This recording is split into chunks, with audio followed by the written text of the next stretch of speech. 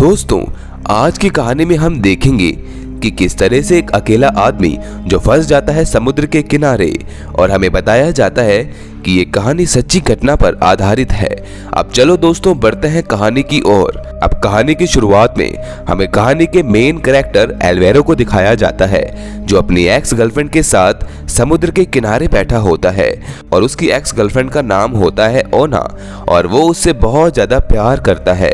यहाँ पर एल्वेरो ओना को अपने उस घटना के बारे में बताता है जो कुछ साल पहले उसके साथ इसी जगह पर घटी थी। अब दोस्तों, ये कहानी जाती है कुछ साल पहले, जहां पर हम एल्वेरो को उसके बेस्ट फ्रेंड के साथ देखते हैं जो इस जगह पर सर्फिंग करने आया था। एल्वेरो बहुत अच्छा सर्फर है और उसको सर्फिंग करना बहुत ज्यादा पसंद है। इसी बीच हम एल्वेरो और नीलो को एक साथ बैठा हुआ देखते हैं जहां पर पार्टी चल रही होती है, और नीलो एल्वेरो को बताता है कि मैं भी अब कनाडा शिफ्ट होने वाला हूं क्योंकि मेरी गर्लफ्रेंड प्रेग्नेंट है और मैं उसके साथ वहीं रहना चाहता हूं। ये सुनने के बाद एल्वेरो को बहुत बुरा लगता है क्योंकि नीलो ने पहले एल्वेरो से वादा किया होता है कि वो अपने साथ सर्फिंग करते हुए पूरी दुनिया घूमेगा। अब दोस्तों, नीलो ने अपने उस वादे को तोड़ दिया होता है। एल्वेरो भी अब नीलो को कुछ बोल नहीं सकता। अगली सुबह एल्वेरो एक रैंडम जगह पर सर्फिंग करने जाता है। वो आज भी नीलो को नहीं लाता क्योंकि अभी भी वो कल रात वाली बात से उससे थोड़ा नाराज होता है।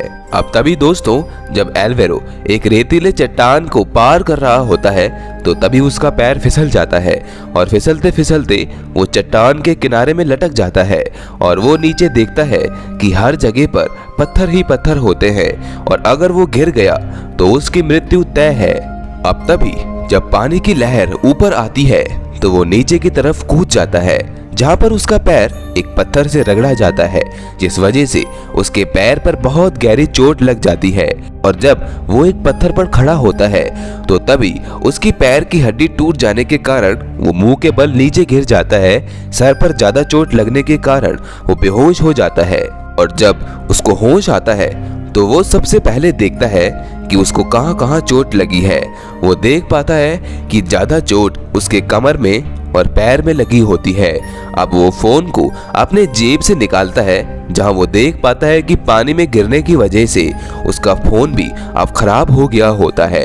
अब एल्वेरो अपने फोन को खराब देख चिल्लाने लगता है, जिसका कोई फायदा नहीं होता क्योंकि इस जगह पर एल्वेरो के अलावा और कोई नहीं होता।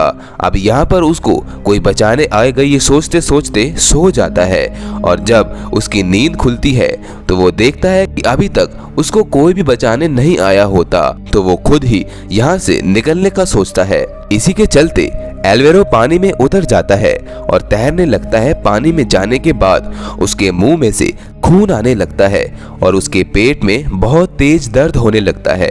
दरअसल दोस्तों, ऊपर से गिरने पर उसका पैर बहुत तेज से पत्थर पर लगता है, जिससे उसके बॉडी में इंटरनल ब्लीडिंग होना शुरू हो जाती है।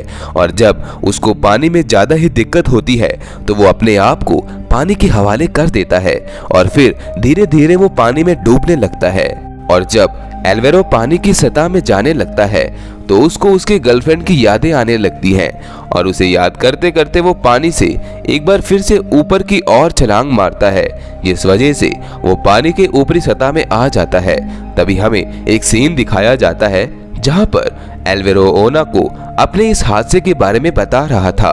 वो कहता है कि मैंने जो भी किया उसके लिए तुम मुझे माफ कर दो, तुम मेरी जिंदगी में फिर से आ जाओ क्योंकि तुम ही मेरा पहला और आखिरी प्यार हो।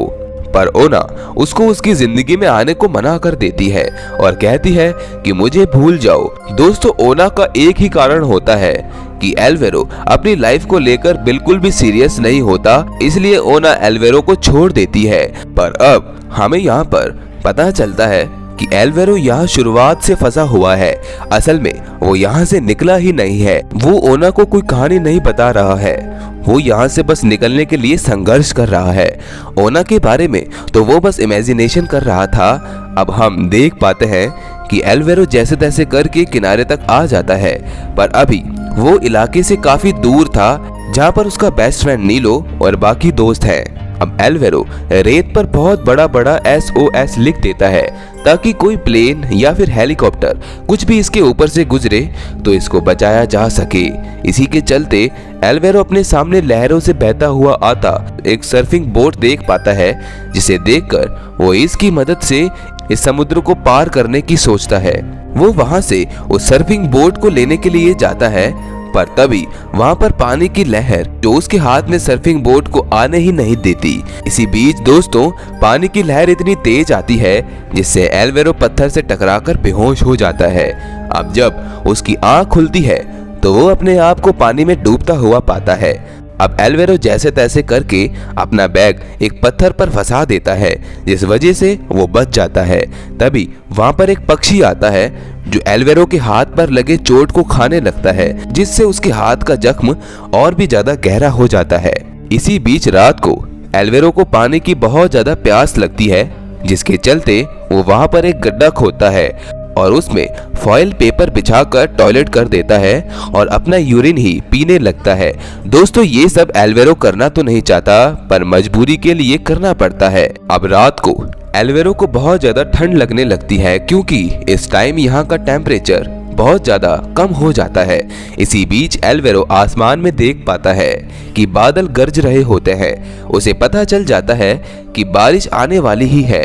ये देखकर वो बहुत खुश हो जाता है और सोचता है कि खाना ना सही कम से कम पानी तो पीने को मिलेगा। पर तभी दोस्तों वहां पर इतनी जोरदार बारिश नहीं आती, बारिश की बस 2-4 बूंदें ही बरसती है। इस बात से एल्वेरो बहुत ज्यादा निराश हो जाता है और सो जाता है। अब एल्वेरो की जब सुबह आंख खुलती है तो उसे अपने फोन की रिंगटोन बजने की आवाज आती है, और जब वो मिट्टी को खोदकर देखता है तो उसे अपना फोन मिल जाता है, जिसमें वो देख पाता है कि उसके मॉम डैड की वीडियो कॉल आ रही होती है। एल्वेरो रोते हुए अपने मॉम डैड को ये सब हादसे के बारे में बताता है, पर तभी दोस्तों हमें पता चलता है कि ये बस एल्वेरो का एक भ्रम था। असल में उसके साथ ये सब नहीं हो रहा होता। यहाँ पर दोस्तों एल्वेरो के अंदर सारा का सारा पानी खत्म हो गया होता है और अब वो अपना यूरिन भी नहीं पी सकता। अब दोस्तों वो एक एक बूंद के लिए तरस गया होता है। वो किसी भी तरह से यहाँ से बस निकलना चाह रहा था। अब दोस्तों एल्वेरो देख पाता है कि जो सर्फिंग बोट उससे काफी दूर था वो अब लहरों की मदद से काफी पास आ गया होता है। यहाँ पर एल्वेरो ये सोचता है कि अगर मैं यहीं पर सरवाइव करता रहा तो आज या फिर कल मारा जाऊंगा, यानी मेरा मरना तो तय है। और अगर मैं सर्फिंग बोर्ड से यहाँ से निकल गया तो क्या पता किसी न किसी तरह से मैं बच जाऊं। अब एल्वेरो उतर जाता है पानी में और तैरते तैरते थोड़ा आगे चला जाता है, जहाँ जाने के बाद उसकी सारी एनर्जी खत्म हो जाती है, जिसकी वजह से वो आगे नहीं तैर पा रहा था। और तो और अब वो पीछे भी नहीं जा सकता, यानी अब उसकी मृत्यु पानी में डूबकर ही होगी। और अब वो पानी की गहराइयों में जाना शुरू हो जाता है। वो अपनी जीने मरने की उम्मीदों को छोड़ देता है।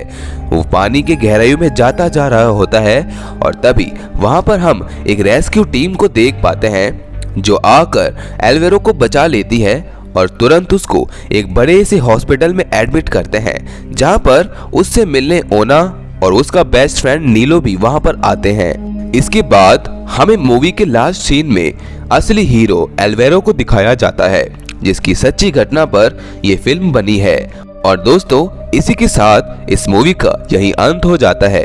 ऐसी और भी सर्वाइवल मूवीज देखने के लिए आप मेरे चैनल को सब्सक्राइब कर लीजिए। इस मूवी में सिर्फ इतना ही। मिलते हैं नेक्स्ट वीडियो में। उम्मीद करता हूँ कि आपको ये वीडियो पसंद आई होगी।